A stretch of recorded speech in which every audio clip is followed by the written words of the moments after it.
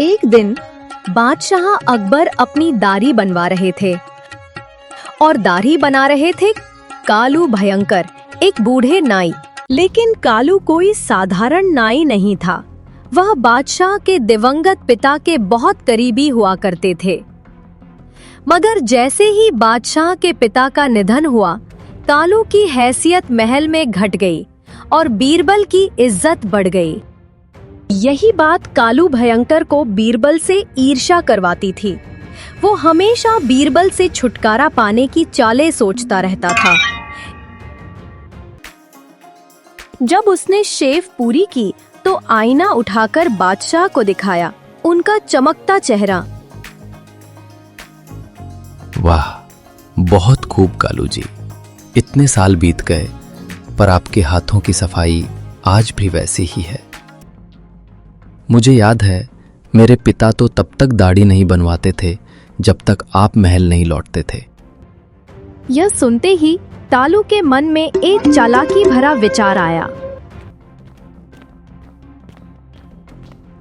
हाँ बादशाह, आपके पिता मुझसे सब कुछ साझा करते थे, और तो और आज भी वो मेरे सपनों में आते हैं और अपनी परेशानियां बताते हैं।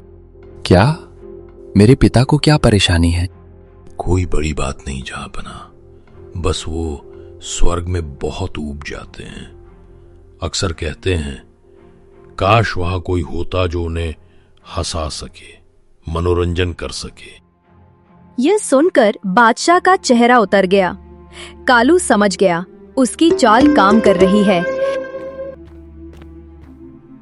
पर आप चिंता मत करें बादशाह, आपके पिता ने इसका उपाय बताया है, हालांकि वो आसान नहीं है। मेरे पिता की खुशी के लिए मैं कुछ भी कर सकता हूं, बस कहो क्या करना है। उन्होंने कहा है, अगर कोई समझदार व्यक्ति कुछ समय के लिए स्वर्ग चला जाए और उन्हें वहां मनोरंजन करे तो उनकी आत्मा को शांति मिलेगी। क्या? पर यह कैसे संभव है? क्या कोई आदमी स्वर्ग जाकर वापस लौट सकता है? साधारण लोगों के लिए नहीं जहांपना, पर मैं एक तांत्रिक बाबा को जानता हूं जिसे सारे तंत्र मंत्र का ज्ञान है। ठीक है, पर इस काम के लिए किसे भेजा जाए ये भी जरूरी है। वो आप बाबा के मंत्रों पर छोड़ दीजिए। ठीक है, उसे आज ही शाम महल में बुला लो। यह सुनकर कालू बहुत खुश हुआ और मन ही मन बोला, अब बीरबल से सदा के लिए छुटकारा मिलेगा। शाम को तंत्र बाबा महल पहुंचा।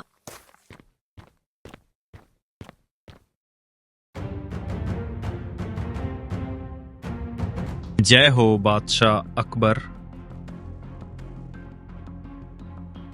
मुझे मालूम है आपने मुझे क्यों बुलाया है। वाह, तो बताइए बाबा, मेरे पिता की आत्मा की शांति के लिए किसे स्वर्ग भेजा जाए?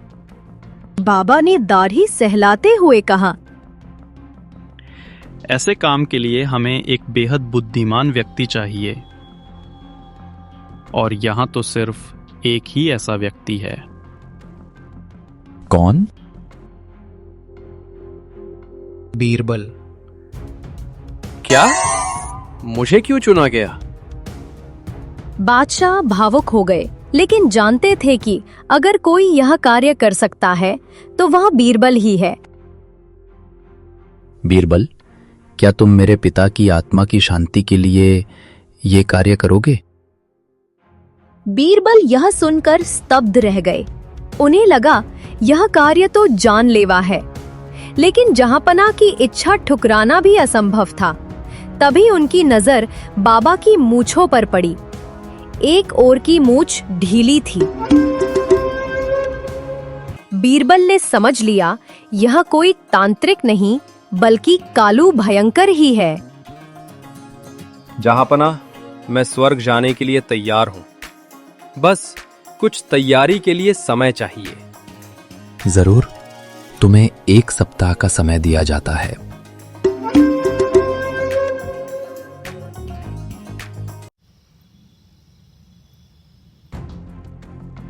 रात को बीरबल बहुत परेशान थे। सोच रहे थे कि अब इस मुसीबत से कैसे निकलें। तभी उन्होंने देखा कुछ चूहे दीवार में बने एक बिल में भाग गए। उन्हें एक शानदार विचार आया। उन्होंने अपने घर के पास एक सुरंग खोदनी शुरू की, जो सीधे उनके कमरे तक जाती थी। उम्मीद है सब कुछ ठीक रहेगा, वरना सच में स्वर्ग ही जाना पड़ेगा।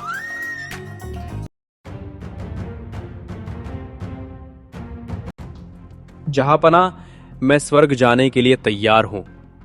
बस मेरी 2 शर्तें हैं। क्या शर्तें हैं?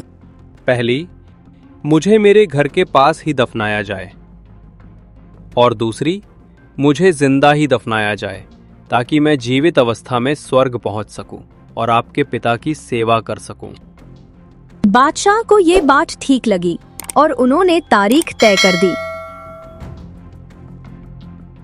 निर्धारित दिन बीरबल को जिंदा ही मिट्टी में दबा दिया गया। बादशाह बहुत दुखी थे, लेकिन उन्हें उम्मीद थी कि एक दिन बीरबल लौट आएंगे। सबके जाने के बाद बीरबल अपने गुप्त सुरंग से बाहर निकले और घर पहुंच गए। अब बस इंतजार करना है सही समय का। 7 महीनों तक वे घर में ही छिपे रहे। उनकी पत्नी उन्हें चुपके से खाना पहुंचाती और बाहर खुद विधवा का रूप धारण कर निकलती थी। 7 महीने बाद लंबी दाढ़ी और बालों में लिपटे बीरबल महल पहुंच गए। उन्हें देखकर सब हैरान रह गए। तालू भयंकर डर के मारे कांपने लगा, लेकिन बादशाह बहुत खुश हुए। बीरबल, तुम लौट आए। हाँ जहांपना, आपके आदेशानुसार मैंने आपके पिता को बहुत मनोरंजन कराया। अब वे बहुत खुश हैं। पर क्या हुआ? जैसे आप देख सकते हैं, मेरी दाढ़ी बहुत बढ़ गई है।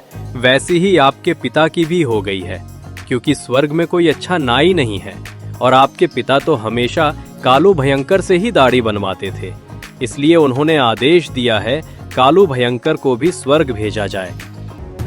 यह सुनते ही कालू भयंकर के होश उड़ गए। वह बीरबल की बुद्धिमानी के आगे झुक गया। क्षमा करें बादशाह, मुझसे बड़ी गलती हो गई। मैं ईर्ष्या के अंधेपन में बीरबल की जान लेना चाहता था। कृपा कर मुझे माफ कर दीजिए। कालू, तुमने न सिर्फ मुझे धोखा दिया, बल्कि मेरे सबसे प्रिय मंत्री की जान लेने की कोशिश की। यह अपराध अक्षम्य है। अब से तुम जेल के कैदियों की दाढ़ी बनाओगे। सिपाहियों, इसे ले जाओ। सैनिकों ने कालू को पकड़ लिया। बादशाह ने बीरबल को गले लगाया और उन्हें बहुत सा सोना और गहने इनाम में दिए। और इस कहानी से हमें यही सीख मिलती है, जैसी करनी वैसी भरनी। ईर्ष्या और चालाकी का अंत हमेशा बुरा होता है, जबकि सच्ची बुद्धिमानी सदा विजयी रहती है। एक दिन बीरबल काबुल की यात्रा पर निकल पड़े। काबुल की गलियां रौनक से भरी थी। मसालों की खुशबू और विदेशी व्यापारियों की चहल पहल। बीरबल का मन वहां की संस्कृति, रीति रिवाज और लोगों के रहन सहन को जानने के लिए अत्यंत उत्सुक था। वाह, क्या सुंदर नगर है। यहाँ की बोली, यहाँ के वस्त्र और यहाँ के लोग, सब कुछ निराला है। चलिए कुछ लोगों से बातें करते हैं, शायद कुछ नया जानने को मिले।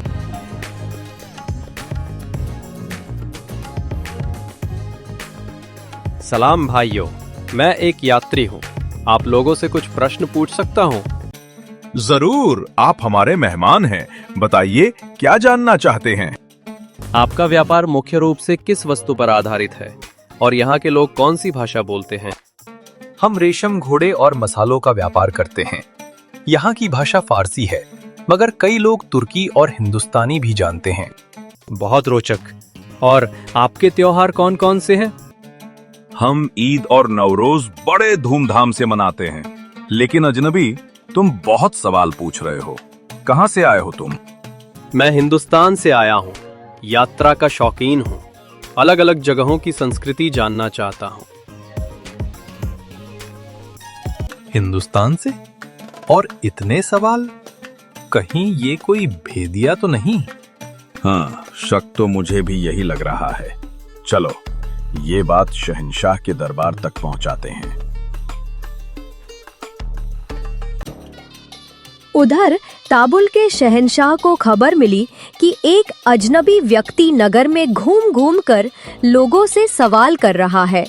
शहंशाह को शक हुआ कि कहीं वह किसी अन्य राज्य का जासूस तो नहीं। उन्होंने तुरंत सैनिकों की एक टुकड़ी को आदेश दिया, उस अजनबी को पकड़कर मेरे सामने पेश करो। मैं खुद जानूंगा कौन है वो और क्या मकसद से आया है।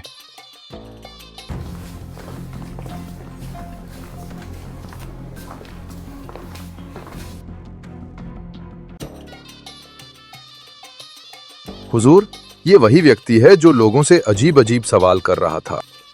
कौन हो तुम? हमारे राज्य में क्या कर रहे हो? हुजूर, मैं एक यात्री हूँ। भिन्न भिन्न देशों का भ्रमण करना और वहाँ की संस्कृति के बारे में जानना मुझे अत्यंत प्रिय है। काबुल के बारे में सुन रखा था, इसलिए यहाँ आया हूँ। यात्री कहते हो? किस देश के निवासी हो तुम? और कौन है तुम्हारा राजा? मैं हिंदुस्तान का निवासी हूँ और मेरे राजा हैं महान सम्राट अकबर। मैं उनके दरबार का एक साधारण व्यक्ति हूँ जिसे ज्ञान की खोज ने यहाँ तक पहुँचा दिया। अकबर का व्यक्ति? तो क्या तुम उनके दूत हो या भेदिया? ना दूत ना भेदिया महाराज।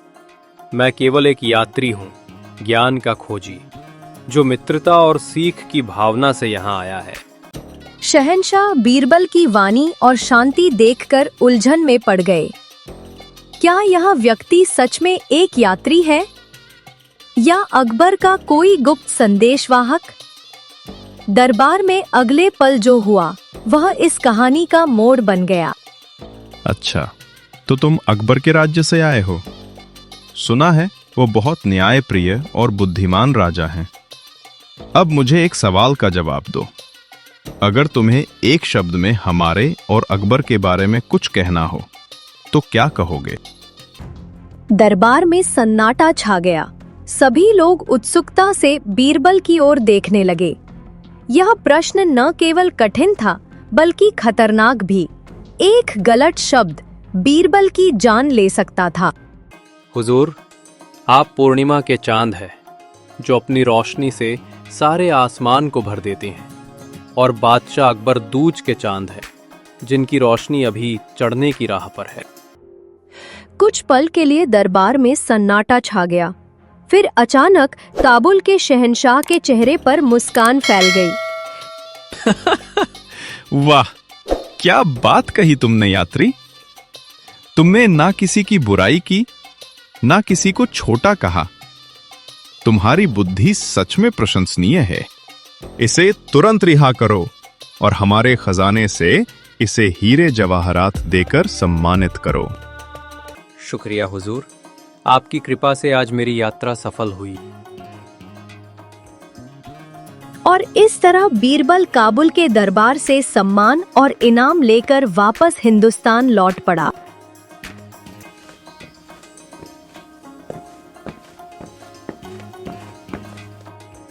अरे, आप आ गए। कैसी रही यात्रा? काबुल कैसा था? बहुत अद्भुत था। वहाँ के लोग, उनकी संस्कृति, सब कुछ जानने लायक था। पर एक रोचक बात हुई। शहंशाह ने मुझसे ऐसा सवाल पूछा कि पल भर को मैं भी सोच में पड़ गया। क्या पूछा उन्होंने? उन्होंने पूछा, अगर अकबर और मुझे एक शब्द में बयान करना हो तो क्या कहोगे? और मैंने कहा, हुजूर, आप पूर्णिमा के चांद हैं, और हमारे बादशाह दूज के। अरे ये तो बड़ा जोखिम भरा जवाब था। कहीं शहंशाह नाराज हो जाते तो? सही समय पर सही शब्द ही तलवार से तेज होते हैं प्रिय। और उस दिन मेरी जुबान ने ही मेरी जान बचाई। बीरबल की बात सुनकर उनकी पत्नी जोर से हंस पड़ी। लेकिन यह छोटी सी बात जल्द ही बड़ी खबर बन गई। सुना तुमने? बीरबल काबुल से लौटा है। हाँ, और सुना है उसने वहां अकबर की तुलना दूज के चांद से की है। यही मौका है। चलो ये बात सम्राट के कानों तक पहुंचाते हैं। देखते हैं अब बीरबल अपनी चालाकी से कैसे निकलता है।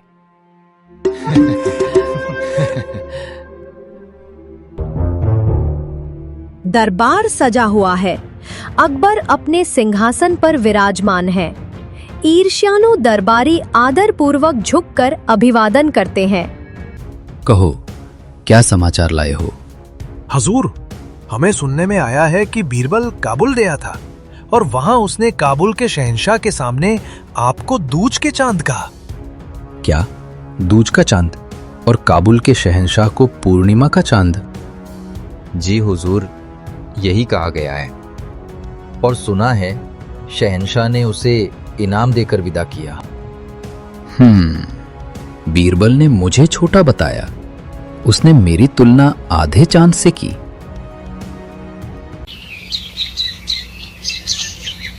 अगले दिन सुबह अकबर का भव्य दरबार हमेशा की तरह सजा था। लेकिन आज दरबार के माहौल में कुछ तनाव था।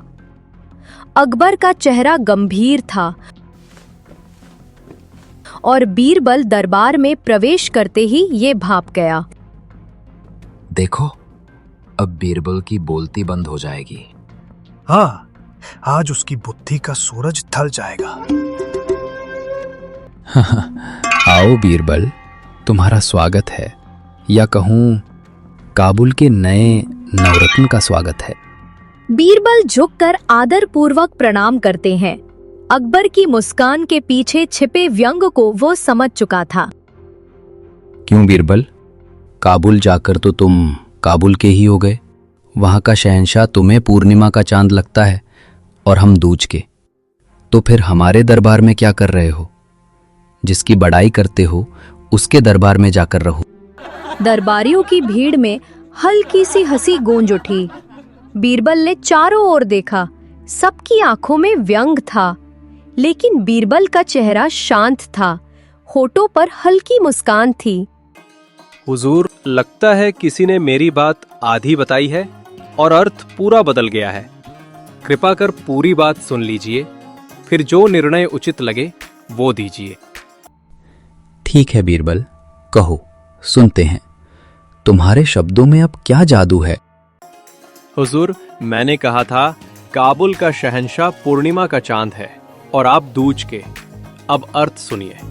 पूर्णिमा का चांद भले ही एक रात पूरे आसमान में जगमगाता है, पर उसके बाद वो हर दिन घटता चला जाता है।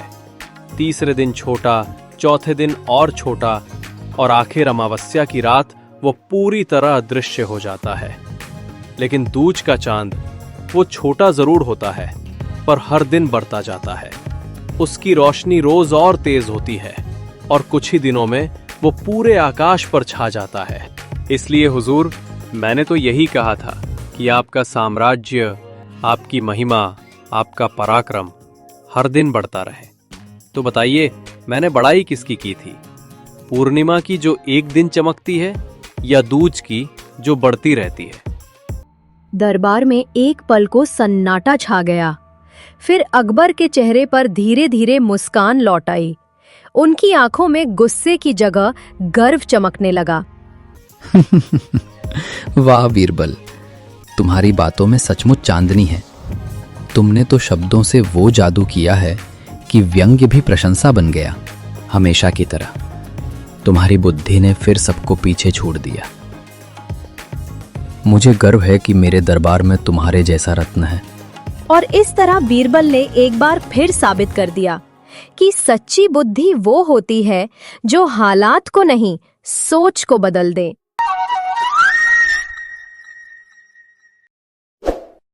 Like, subscribe and press the bell icon.